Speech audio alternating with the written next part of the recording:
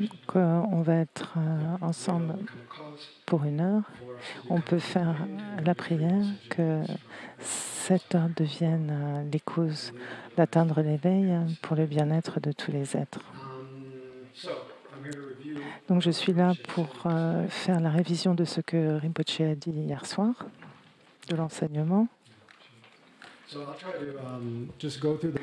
Donc j'essaierai de passer en revue les points principaux de ce que Rinpoche a dit hier après-midi et hier soir. On a été très chanceux d'avoir 2 sessions d'enseignement avec Rinpoche hier. Quand j'ai commencé à faire la révision, je me suis dit, finalement, Rinpoche n'a pas couvert tant de choses. Et en fait, je me suis aperçue que quand Chantal m'a donné la liste de ce que Rinpoche avait abordé, je me suis aperçue qu'il y avait beaucoup de choses. Et pendant les 20 dernières minutes, on essaiera de clarifier vos doutes, donc de faire une session de questions-réponses. Donc Rinpoche a commencé avec ses idées pour des dessins animés. Vous vous rappelez? Il avait l'idée de faire des dessins animés pour les enfants, pas seulement pour les enfants, pour les adultes aussi, avec des animaux qui se parleraient et qui parleraient du Dharma.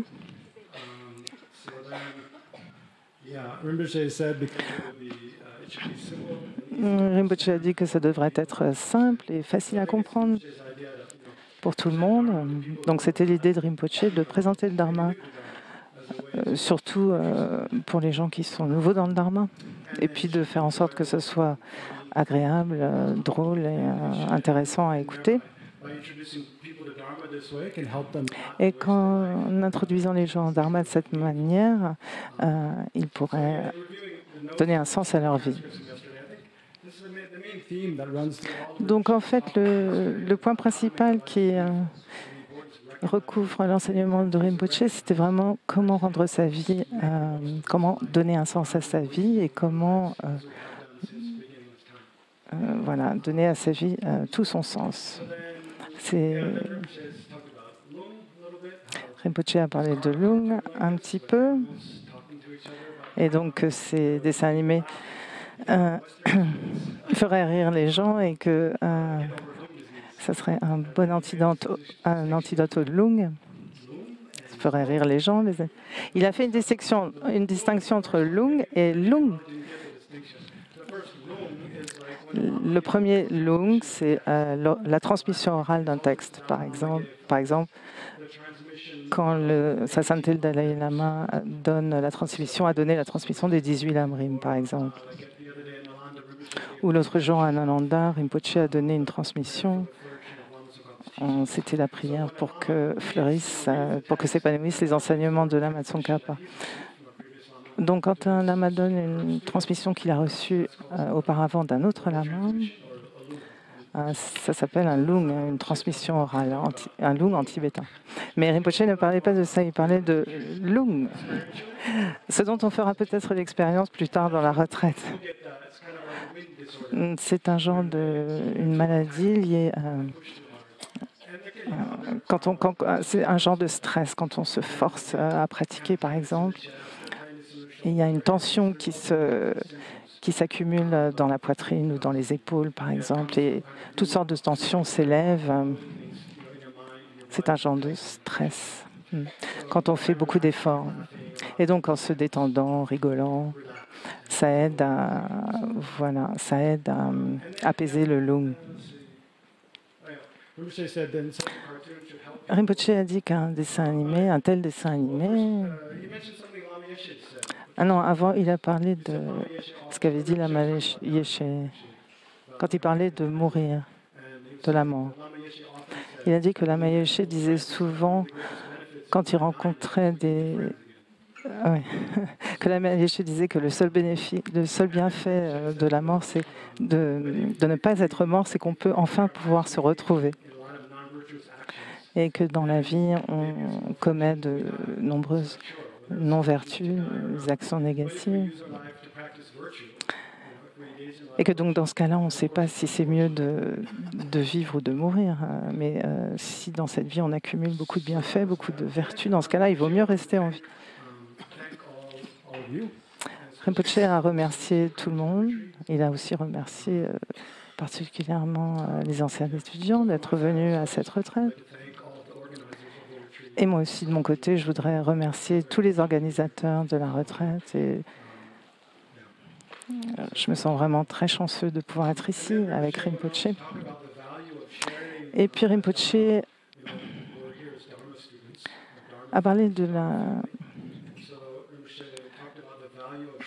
valeur de pouvoir partager nos expériences, de pouvoir s'entraider. Et comme c'est très bénéfique de pouvoir, particulièrement les anciens étudiants, on se raconte nos expériences, pas forcément toutes les réalisations qu'on a pu accumuler, mais la méditation, la réflexion sur les enseignements du Dharma ou, par exemple, travailler pour un centre, etc., quelle que soit la manière dont on pratique. Partager ensemble notre expérience avec nos amis du Dharma. Et que ça peut être très inspirant et très encourageant pour les autres. Donc Rinpoche a parlé beaucoup de la valeur, de l'intérêt de partager nos expériences avec les autres. Rinpoche a aussi parlé du fait que l'on peut étudier tout un tas de sujets, le Bodhisattva Charyavatara, leur demande des réalisations claires, etc. Il y a tellement de textes qu'on peut étudier, mais il a mis l'emphase, il a expliqué qu'il était important de pouvoir relier tous ces textes au Lamrim et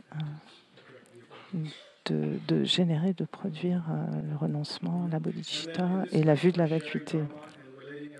Et de cette manière, de relier tout au Lamrim, et de partager tout cela, il nous permet de pouvoir purifier l'esprit, de pouvoir éliminer les perturbations mentales et aussi d'accumuler des mérites afin que tout ce que l'on fait devienne bénéfique, devienne positif. Puis aussi, le troisième point principal dont il a parlé, que la chose la plus importante à faire, c'est d'avoir bon cœur, de générer un bon cœur, la bonté, la compassion, la gentillesse et de servir les êtres.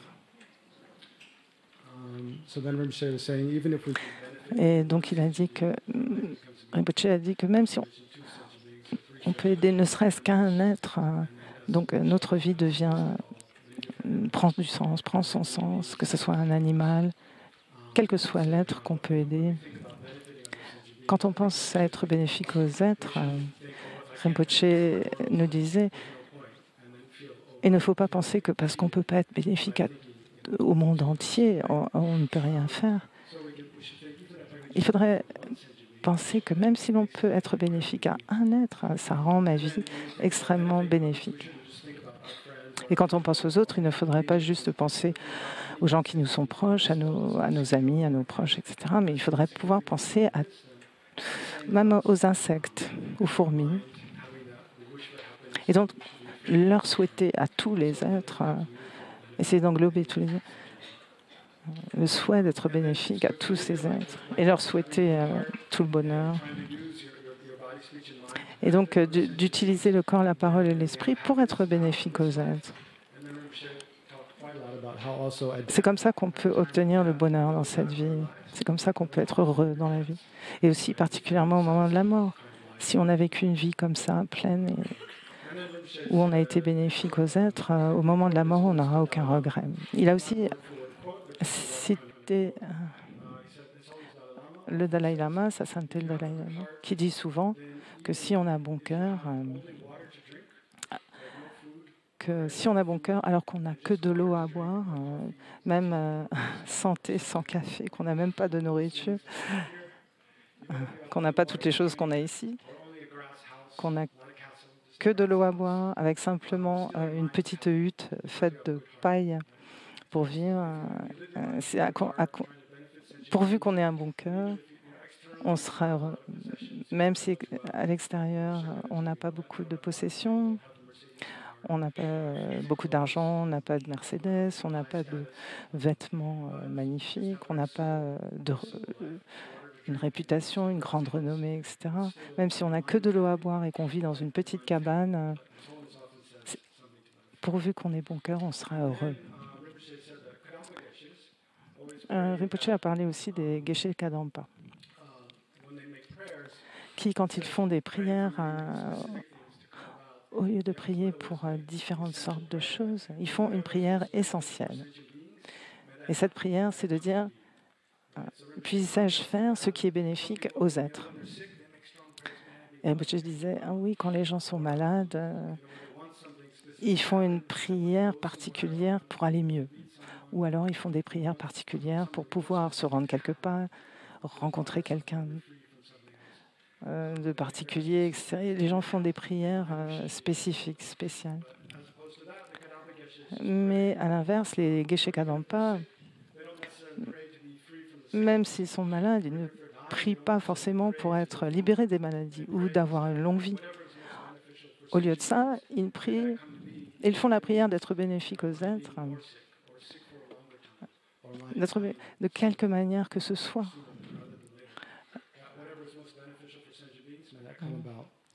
Puis ce qui est le plus bénéfique aux êtres, puisse accomplir ce qui est le plus bénéfique aux êtres.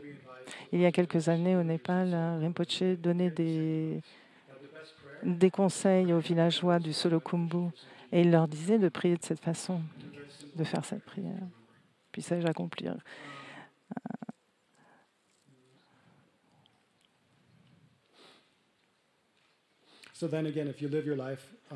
Et donc,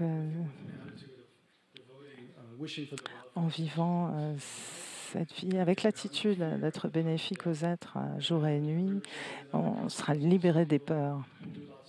On n'aura plus peur. Il a aussi parlé de gens qui font beaucoup de puja pour toutes sortes de choses, pour être protégés de dangers, pour se libérer des maladies. Il y a différentes sortes de pratiques. Mais en fait, ils font toutes ces pujas, toutes ces pratiques. Mais au moment de la mort, ils font l'expérience de la peur d'être séparés de leurs proches, de leurs possessions, etc. Et ça peut être la même chose quand on fait nos prières quotidiennes, nos pratiques quotidiennes. On peut réciter toutes sortes de mantras, faire différentes sadhanas. Mais si au moment de la mort, en fait, on a peur et on perd confiance,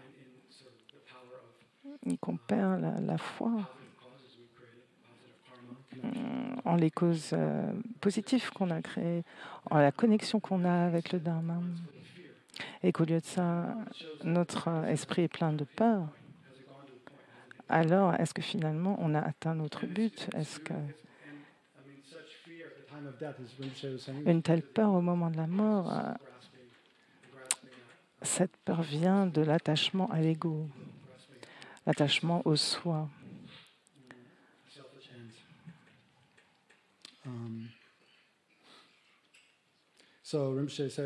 Donc Rinpoche a dit que c'est important que quelle que soit la pratique que l'on fait, elle devienne une médecine, un médicament pour l'esprit, quelque chose qui en fait diminue notre ego. Et quelque chose qui accroît une pratique, qui accroît notre bonté, notre compassion, etc. Et donc si la pratique devient comme ça, elle devient une médecine pour l'esprit, elle diminue nos perturbations mentales, elle accroît les qualités. Il a aussi raconté une très longue histoire et a cité le Bouddha. Il a raconté cette histoire de quand il était petit au Solokhumbu, qui venait de prendre l'ordination. Et il était au monastère de Tamé. qui n'était pas loin de là où il habitait, où était sa mère. Et donc, comme il le disait, quand on est enfant, quand on est petit garçon, on a envie de jouer. Et donc, il n'arrêtait pas de vouloir s'échapper du monastère et de rentrer à la maison. Et donc, du coup, sa mère et son oncle ont décidé de l'envoyer à Rollwalling pour qu'il soit plus concentré sur ses études. Donc, il y est allé avec son oncle maternel. Et c'était la première fois qu'il a rencontré des Occidentaux. Qui parlaient en faisant bzz, bzz, bzz. Ces Occidentaux étaient peut-être français. Ils étaient poilus, mais n'étaient pas des Yétis. Après, Rinpoche a parlé des Yétis. Et il a dit qu'il avait cru voir un Yéti quand il était enfant, à Tamé. Et il l'a vu sur une colline, quelqu'un qui était assis sur une pierre et qui est parti en courant à toute vitesse. Et tous les villageois l'ont vu et couraient dans tous les sens en criant. Et Rinpoche a dit que ce devait être un Yéti. Et Rinpoche a raconté beaucoup d'histoires. Des histoires plus récentes de gens qui auraient vu des Yétis au Solokhumbu. Et ça, c'est intéressant, je ne l'avais jamais entendu. Rinpoche pense que les Yétis sont des êtres qui sont dans l'entourage du Yula, qui est un esprit local, une déité locale, et qui...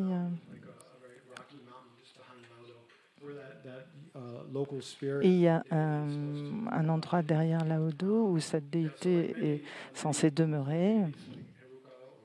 Et il y a beaucoup de déités comme Eruka, Makala, Hayagriva, qui ont, ces déités en général sont les déités principales et elles ont un entourage qui les aide qui font des activités qui représentent en quelque sorte la déité.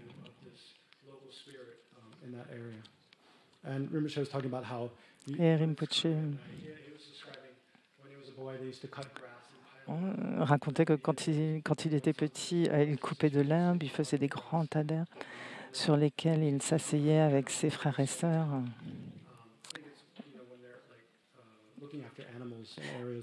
Sur des bottes de paille, en fait. Et donc, il faisait des feux le soir.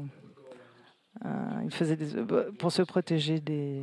Ils avaient des chiens, ils faisaient des feux pour se protéger des loups, des animaux sauvages. Il disait qu'il pouvait sentir la présence de cet esprit local, qui était très puissant. Et après, il a reparlé de ces Occidentaux qu'il avait rencontrés à Rollwalling et à qui il voulait offrir des pommes de terre.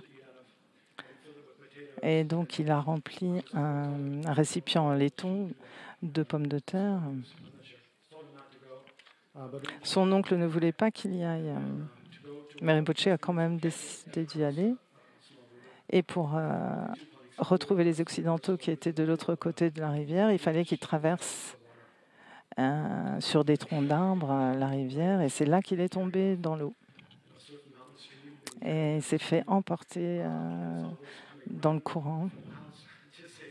Et il pouvait voir son oncle qui courait vers lui pour essayer de le rattraper. Et pendant qu'il était dans l'eau et que il a soudainement eu cette idée que celui qu'on nomme le lama de Laodo va mourir. Celui qu'on appelle le lama de Laodo va mourir. Et on sait bien que les petits garçons de cet âge-là n'ont pas l'habitude de penser comme ça. Donc Rinpoche disait que ça devait venir d'empreintes de vie passée. Cette pensée a dû s'élever à cause d'empreintes de vie passée. Et Rinpoche a aussi expliqué qu'il n'avait pas peur à ce moment-là. La quatrième partie de son enseignement, c'était la différence entre gravir l'Everest et venir ici. et venir ici. Et donc, il disait, les gens qui gravissent l'Everest s'entraînent pendant des mois, des années, dépensent énormément d'argent, se mettent en danger, juste pour pouvoir atteindre le plus haut sommet du monde. Mais Rinpoche disait que chaque pas, chaque action qu'ils font pour gravir cette montagne, en fait, ne devient, si c'est fait par attachement, ne devient que les causes des mondes, des renaissances inférieures. Alors que venir ici, en France, faire une retraite est plus facile, mais aussi beaucoup plus vertueux. Tout cela, tout ce qu'on peut faire au cours de cette retraite devient vertueux, les causes d'atteindre l'éveil pour les aides. Et donc Rinpoche a beaucoup parlé des bénéfices, des bienfaits à être ici.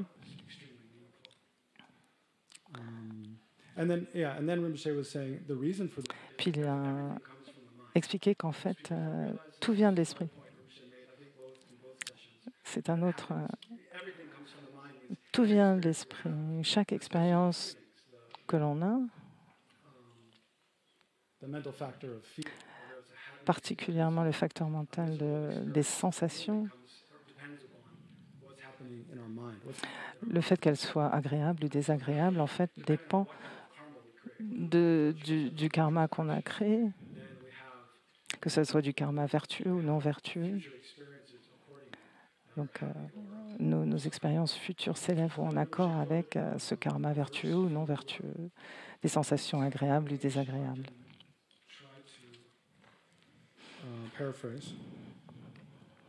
Il a cité le Bouddha. Tous les phénomènes sont produits par l'esprit.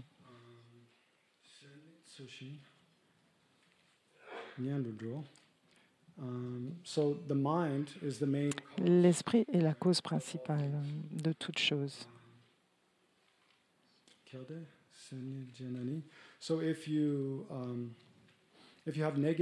Et donc, si votre esprit est négatif, si votre attitude est négative, donc vous vous dirigerez vers des états misérables, infortunés, comme un bœuf qui tire un chariot. Comme quel que soit l'endroit où la direction où le buffle se dirige, le chariot le suit. Et donc c'est un peu comme ça pour nous. C'est-à-dire qu'on décide de faire ci, on décide de faire ça. Celui qui tire le chariot décide d'aller à gauche, à droite, et le chariot le suit automatiquement. Et donc, avec notre esprit, on décide de s'engager dans des actions vertueuses ou non vertueuses. Et le résultat, comme le chariot, c'est que soit le bonheur suit ses actions, résulte de ses actions, ou soit la souffrance résulte de ses actions.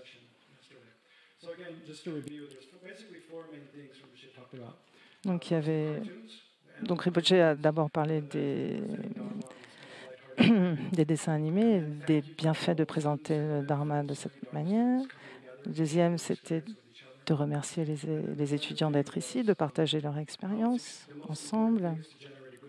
Qu'aussi la troisième, c'est l'importance donc d'avoir bon cœur.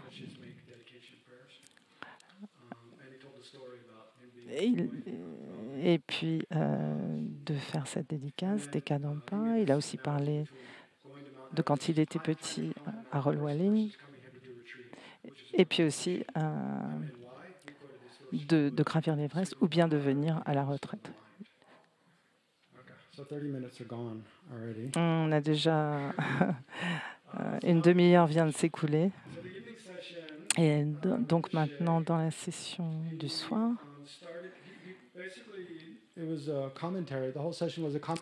en fait, toute la session était un commentaire sur 2 citations du 5e Dalai Lama.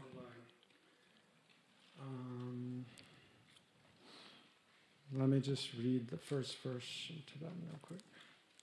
le premier verset, la première citation.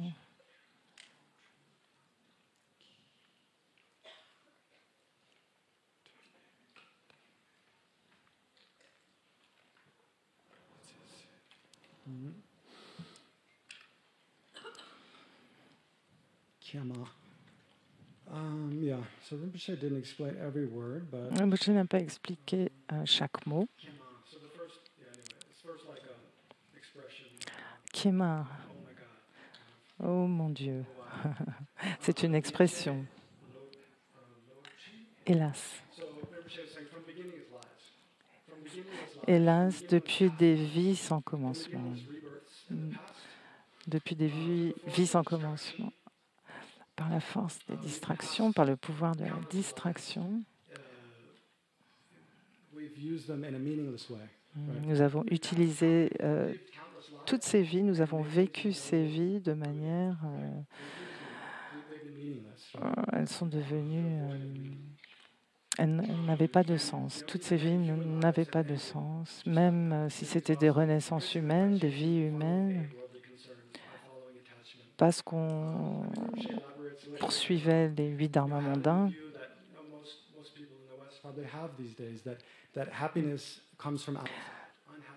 Rinpoche disait aussi que la plupart des gens pensent, la plupart des gens pensent que le bonheur vient de l'extérieur. C'est-à-dire que si vous faites ça, je serai heureux. Si vous faites ça, je serai triste. Je serai malheureux. Donc on a tendance à croire que tous nos bonheurs ou toute notre tristesse, tout notre malheur vient de l'extérieur. Et qu'on utilise nos vies pour commettre des actions négatives et que nos vies n'ont pas de sens. Et la raison en est que nous sommes distraits par l'attachement, par la colère. Je voulais simplement vous expliquer la différence entre l'attachement et l'excitation dans le contexte de la méditation sur la concentration. Donc il y a deux erreurs, deux fautes, la torpeur et l'attachement. Donc l'attachement, ou l'excitation, c'est que l'esprit est dirigé vers l'extérieur, attaché vers l'extérieur.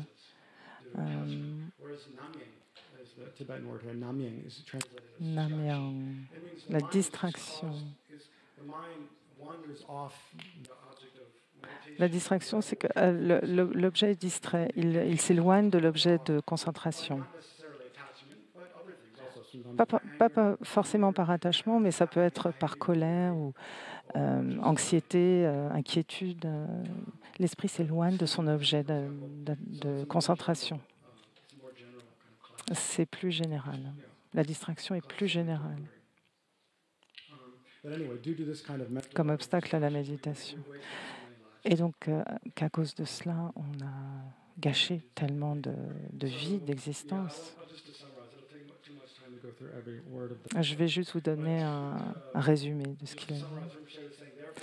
Donc, Rinpoche disait, donc, dans cette vie, on devrait essayer de demeurer dans un endroit, dans un lieu où il y a moins de distractions. Il parlait des nonneries, des monastères, loin des villes où il y a énormément de monde, moins de distractions. Et de demeurer dans des lieux comme celui-ci, ici. C'est pour ça qu'on maintient le silence le matin et le soir pour réduire les distractions. Pour réduire les conditions qui nous mèneraient à être distraits. Et à partir de cela, Rinpoche a parlé de l'existence des vies passées et futures.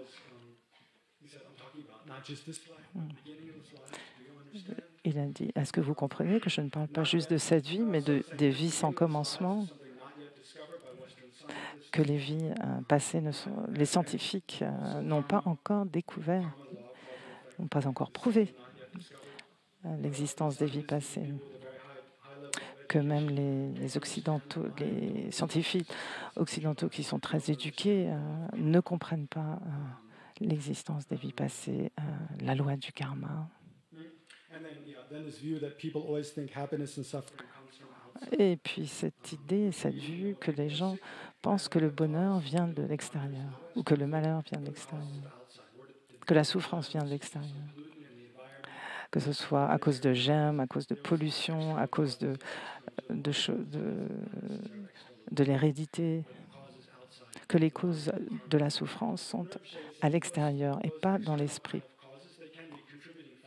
Donc Rinpoche disait, oui, toutes ces conditions peuvent contribuer, mais ce ne sont pas les causes principales. La cause principale, c'est l'esprit, c'est le karma qu'on a créé dans le passé et qui provient dans la motivation que l'on a quand on agit.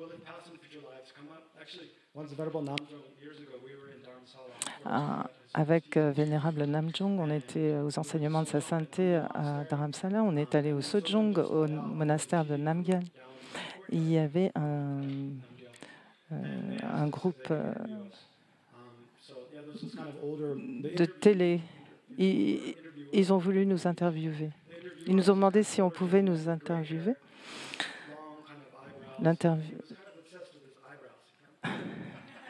Il y en avait un, donc celui qui voulait nous interviewer, qui était complètement obsédé par ses sourcils. Il n'arrêtait pas de se lisser les sourcils. Il nous interviewait. Et la conversation s'est orientée vers les vies passées et futures. Et il nous a demandé si on y croyait. On a dit oui. Et il était choqué. Il était surpris parce que on était jeunes, intelligents, et il nous a dit, mais donc, si elles existaient vraiment, pourquoi est-ce que personne ne s'en souvient? Et en fait, on a découvert que c'était Richard Dawkins qui faisait une interview, une émission pour Channel 4. Et en fait, c'est un grand sceptique en l'existence des vies passées et futures. Et donc, Rinpoche a parlé de cela. Pourquoi ne pouvons pas nous en souvenir si elles existent? Et Rinpoche a bien expliqué que réfléchissez à toutes les choses dont vous ne vous souvenez pas. Par exemple, ce qu'on a mangé le matin, ce qu'on a fait il y a un an. Qu'est-ce qu'on faisait l'année dernière, le 12 mai? La plupart d'entre nous ne s'en souviennent pas. Peut-être qu'on en a une idée vague, mais ou quand on était enfant, on se souvient. Quand on avait 6 mois, 1 an, on ne se souvient plus de rien. On ne s'en souvient que parce que d'autres personnes étaient là et ont pu nous raconter ces événements, ce qu'on avait fait. Mais Rinpoche a bien dit que des gens se rappellent de leur vie passée. Une de ces personnes, c'était l'intendant de Kandrola, qui est laïque. Rinpoche a raconté l'histoire. C'était pas très clair. Il y avait une famille assez riche qui vivait dans un lieu. Ils avaient un fils qui avait un bureau où il utilisait un ordinateur dans cette maison. Et un peu plus bas, il y avait une autre famille où ce petit garçon était rené.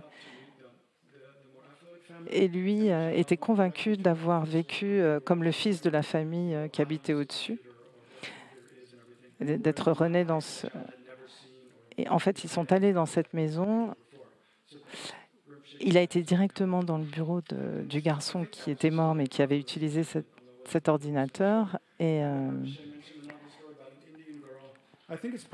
Rinpoche a aussi parlé d'une petite fille indienne qui se souvenait de sa vie passée. Je ne connais pas les détails de cette histoire, mais elle était née. Mais les deux familles se sont retrouvées. La famille de cette vie, la famille de sa vie passée. Elle pouvait se souvenir des noms des membres de la famille, de son ancienne famille. sorry, Il a aussi parlé de Zia, qui est une moniale. Zia. Zia, what's her last name? Wachetsky, no? Oh, okay. C'est pas Zina, c'est Zia. Okay, so Zina is the one who requested Lama Yeshe, but this is not. Okay, thanks. Zina, effectivement, Zina avait demandé à Mayeshe d'enseigner. C'est elle qui est à l'origine des premiers enseignements de Mayeshe. Mais Zia, c'est une moniale égyptienne. She's a nun from Egypt or Saudi Arabia, and she could remember Et, being et Zia, elle se souvenait d'être sortie du ventre de sa mère. Elle se souvenait de sa propre naissance. kind of not regression therapy, Mm. but like meditation. C'était au cours pendant un cours de Copan, ils ont fait une méditation sur la continuité de l'esprit. Et donc on part de maintenant et on remonte dans le temps et on essaie d'imaginer les moments les plus... On essaie de remonter dans le temps jusqu'à la naissance, en fait. Jusqu'au moment où la conscience a rencontré l'œuf dans le ventre de la mère. Et quand elle a fait cette méditation, elle a pu se souvenir de sa propre naissance.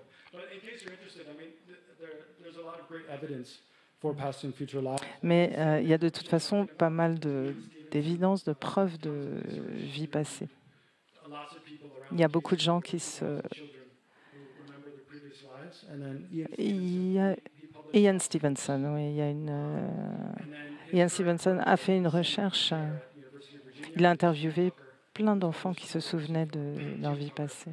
Et Jim Tucker, de l'Université de Californie, a aussi fait des recherches là-dessus. On peut lire ce qu'ils ont, les résultats de leurs recherches. On peut aussi voir sur YouTube. Et puis, dans les textes, de nombreux débats par rapport à l'existence des vies passées. Donc cette excuse, cette raison que les vies passées n'existeraient pas simplement parce qu'on ne peut pas s'en souvenir ne tient pas. Parce qu'il y a beaucoup de choses dont on ne se souvient pas. Donc ça ne veut pas dire que parce qu'on ne s'en souvient pas, ça n'existe pas. Et, il a aussi parlé de l'importance de purifier l'esprit. Et il a parlé de l'histoire de Lamchungpa, qui était un des 16 arhats.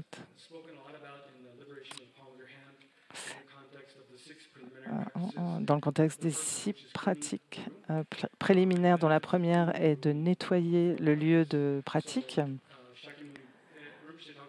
Even someone so ignorant like this, who he, as a young person, he couldn't remember. He had so many obscurations in his mind that he. Et donc lui, Lamchungpa, quand il était enfant, ne pouvait même pas se rappeler de 2 mots d'enseignement. Il avait beaucoup d'obstacles à se rappeler des mots, des enseignements. Et donc on lui avait conseillé de nettoyer les chaussures des gelongs pour pouvoir purifier son esprit, ou aussi de balayer la cour du monastère. Et pendant qu'il balayait la cour du monastère, il fallait qu'il pense qu'il éliminait, que c'était pas de la poussière ordinaire, il fallait qu'il pense qu'il élimine la poussière de l'attachement, la poussière de la colère. Et comme ça, il a réussi à purifier son esprit. Et Rinpoche disait, oui, mais pourquoi nettoyer des chaussures de moine? Et il expliquait que c'est une pratique puissante parce que les moines observent des vœux, tous les vœux de Gelong. Et c'est parce qu'ils sont porteurs de tous ces vœux que leurs possessions sont des objets très puissants. Et que donc, en s'occupant ou en nettoyant ces objets, on peut accumuler énormément de mérite. Et c'est la même chose pour les centres du Dharma. Ah oui, il a aussi parlé de l'aspirateur dans la Gompa de Copan. Un aspirateur qui fonctionnait tout seul. Et Rinpoche disait que ce n'était pas une très très bonne idée.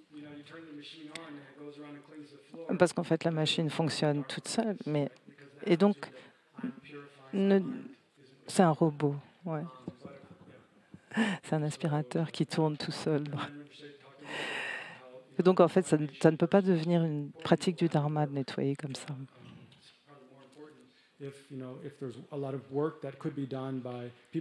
Il a aussi dit qu'effectivement, maintenant, on utilise énormément de robots, de machines, et que les gens pauvres perdent leur travail. Donc, à force d'utiliser des machines, on élimine les gens. Il a aussi dit que les monastères et les nonneries devaient être dans des endroits où il y a moins de distractions. C'est important d'avoir des lieux comme ça, comme des centres de dharma, pour pouvoir entraîner l'esprit, focaliser l'esprit sur le dharma.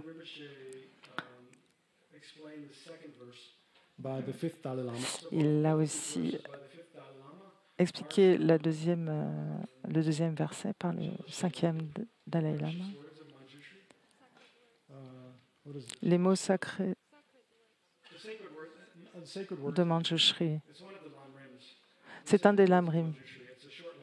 C'est un lamrim court. Et donc, les 2 versets dont Rinpoche a parlé hier sont dans ce texte. Donc, je vais juste en parler en bref parce qu'on n'a plus beaucoup de temps.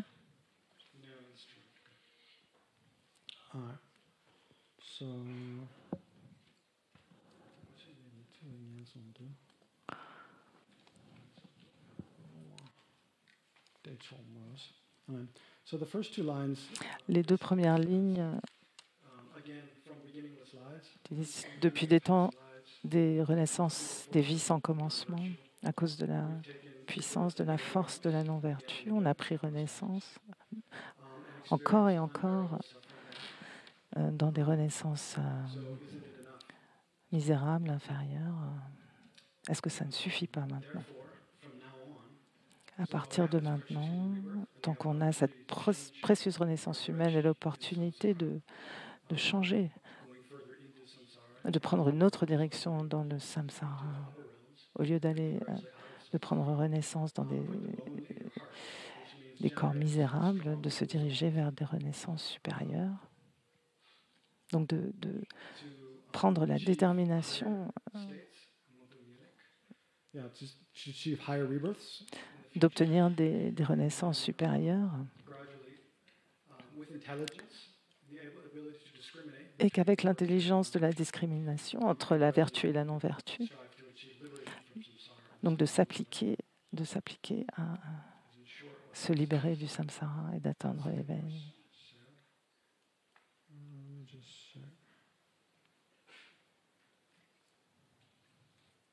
Il y a beaucoup de différents niveaux de compréhension. Il a aussi dit, oui, ne soyez pas faibles, n'ayez pas l'esprit faible. Votre esprit ne devrait pas être comme de la cire fondue, malléable et tombant sous l'influence des perturbations, comme de la cire chaude qu'on pourrait toucher et qui prendrait la forme du doigt. Donc, ne pas avoir l'esprit comme ça, que quelles que soient les perturbations qui s'élèvent dans l'esprit, on les suit, mais plutôt d'avoir un esprit fort, un esprit déterminé à ne pas suivre la colère, l'autochérissement, l'attachement au soi. Mais au lieu de ça, je vais essayer de pratiquer le contentement, l'amour, la compassion, être plus attentif aux autres qu'à moi-même,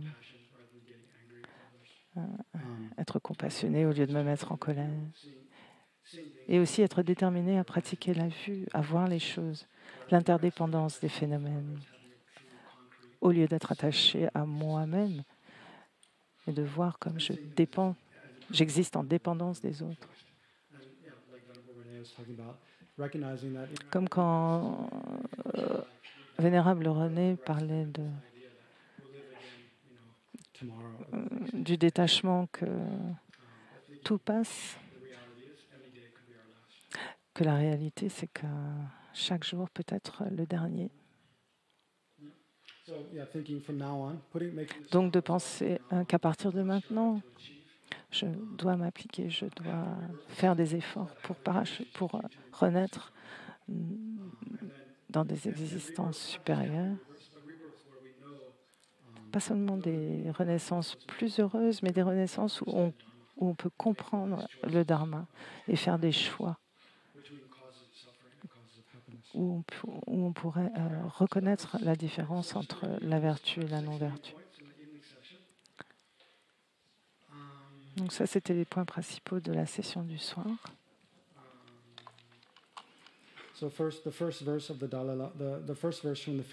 Donc le premier verset du Dalai Lama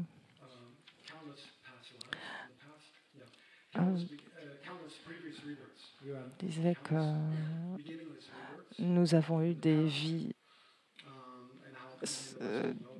sans commencement,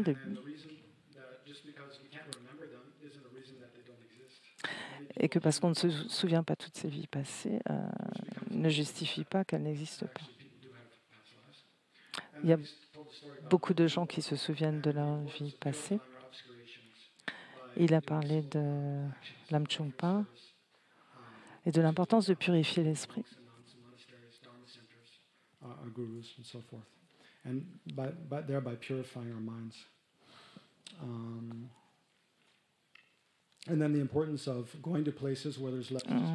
Aussi l'importance d'aller dans des lieux où il y a moins de distractions, à la pratique du Dharma.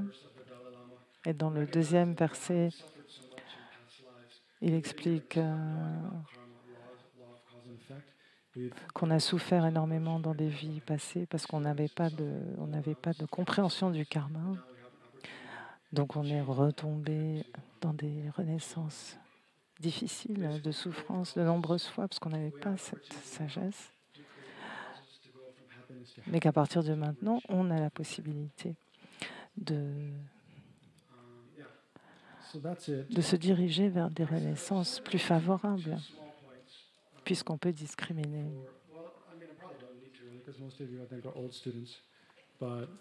La plupart d'entre vous êtes des étudiants anciens, mais certains d'entre vous n'ont peut-être pas eu l'habitude d'écouter beaucoup d'enseignements de Rinpoche. Parfois, on écoute et on ne sait pas trop où il va. Même si vous ne pouvez pas tout écrire dans les enseignements, ça peut servir d'écrire des notes toutes les 20 minutes, de temps en temps. C'est-à-dire d'essayer de reconstruire le fil de ce que Rinpoche dit, de l'histoire. Parce qu'il y a toujours Rinpoche ne dit jamais quelque chose. Il y a toujours une bonne raison pour dire quelque chose. Il a toujours... Et parfois, il utilise de nombreuses méthodes. Oui, ça peut être très facile de perdre un peu le fil de son enseignement. Parce qu'il va parler de pas mal de choses différentes pour arriver en fait à une conclusion au même point. Donc de prendre quelques notes pour se rappeler de ce dont il a parlé au début, au milieu, à la fin. Et on peut prendre conscience que c'est un moyen habile et brillant pour arriver à nous faire comprendre, à nous passer le message. Donc de faire un genre des petites notes sur les enseignements de Rinpoche, sur les points principaux de son enseignement. Et puis, ça peut nous aider plus tard à nous rappeler de l'enseignement. Parce que si quelqu'un vous demande de quoi Rinpoche a parlé le lendemain, parce qu'ils étaient malades, qu'ils ne pouvaient pas venir, par exemple, et vous ne pouvez pas vous en rappeler. Parfois, vous pouvez vous souvenir de la structure de son enseignement, mais pas des détails. Mon esprit est très obscurci. Je suis sûre que je n'ai pas tout bien compris, tout entendu, mais tout ce que j'ai à présenter, c'est ce que je vous ai dit. Une des qualités de la parole du Bouddha, c'est qu'il peut répondre aux questions de chaque personne dans l'audience. Donc chacun va comprendre quelque chose de différent. Mais ça répondra à leurs questions. Comme l'a dit le vénérable René, écouter Rinpoche, ce n'est pas juste un exercice intellectuel, c'est plutôt quelque chose à contempler, quelque chose de profond, un exercice du cœur. Regardez ce qui se passe quand vous écoutez ces enseignements. Si quelque chose vous touche, cette chose est la chose dont vous devriez vous souvenir. Peut-être que ça touche à un problème que vous avez, à un doute que vous avez, quelque chose.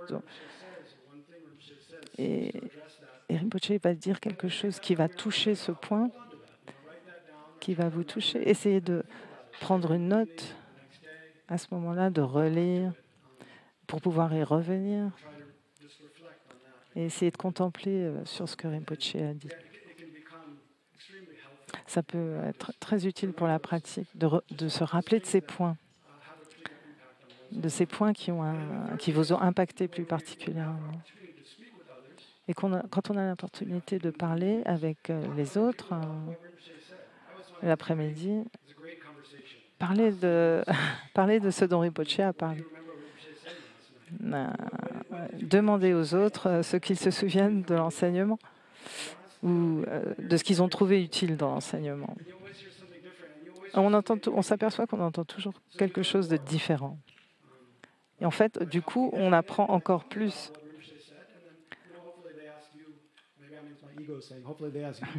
Peut-être qu'ils vous demanderont à vous aussi, ce que vous avez ressenti, ce que vous avez appris. Ils vous demanderont de partager l'enseignement. Et donc, en parlant des enseignements, ça nous aide aussi à nous rappeler de l'enseignement.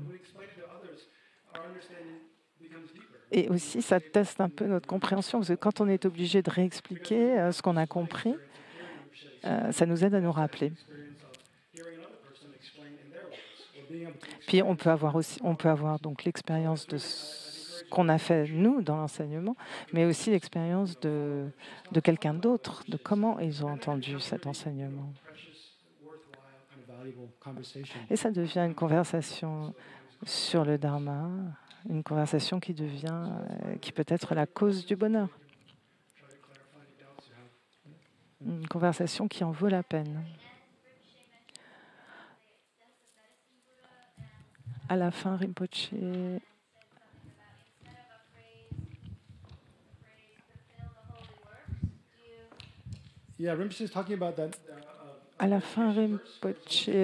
a parlé d'un verset de dédicace pour sa sainteté le Dalai Lama qui se trouve à la fin d'une puja du Bouddha de médecine composée par le Dalai Lama.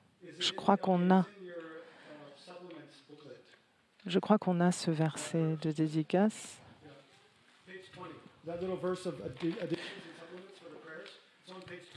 Je ne sais pas si on a ça en français. Non, on ne l'a pas.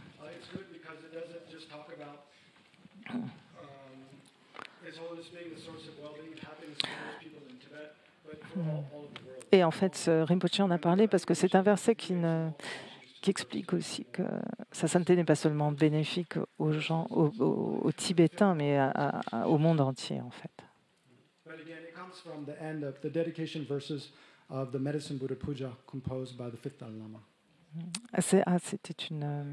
Il est à la fin d'une pratique du Bouddha de médecine qui a été composée par le 5e Dalai Lama.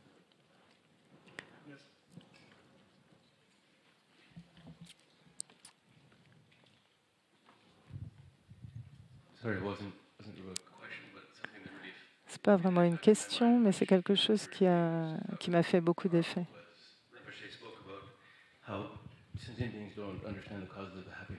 Rinpoche a expliqué que les êtres n'ont pas le karma de comprendre les causes du bonheur et que quand on essaye de leur expliquer, ils en ont même peur et ils s'en vont en courant.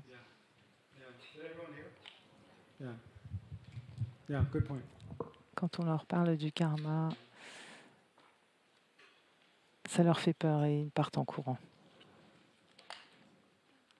Any more questions?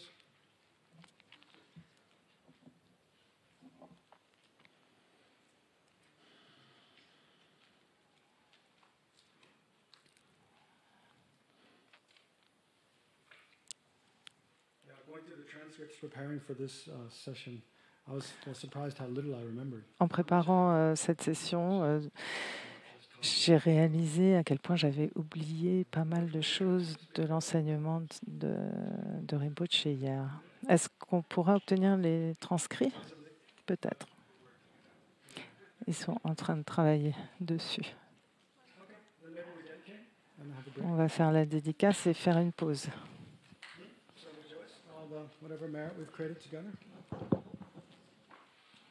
On peut se réjouir des mérites qu'on a accumulés ensemble et des mérites de tous les êtres.